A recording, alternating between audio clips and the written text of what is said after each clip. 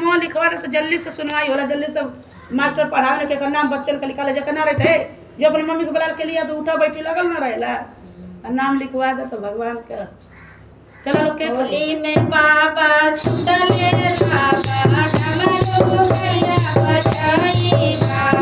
होली में बाबा सुतले बाबा डमरू भैया बजाई बा। होली में बाबा सुतले बाबा डमरू भैया बजाई बा। होली में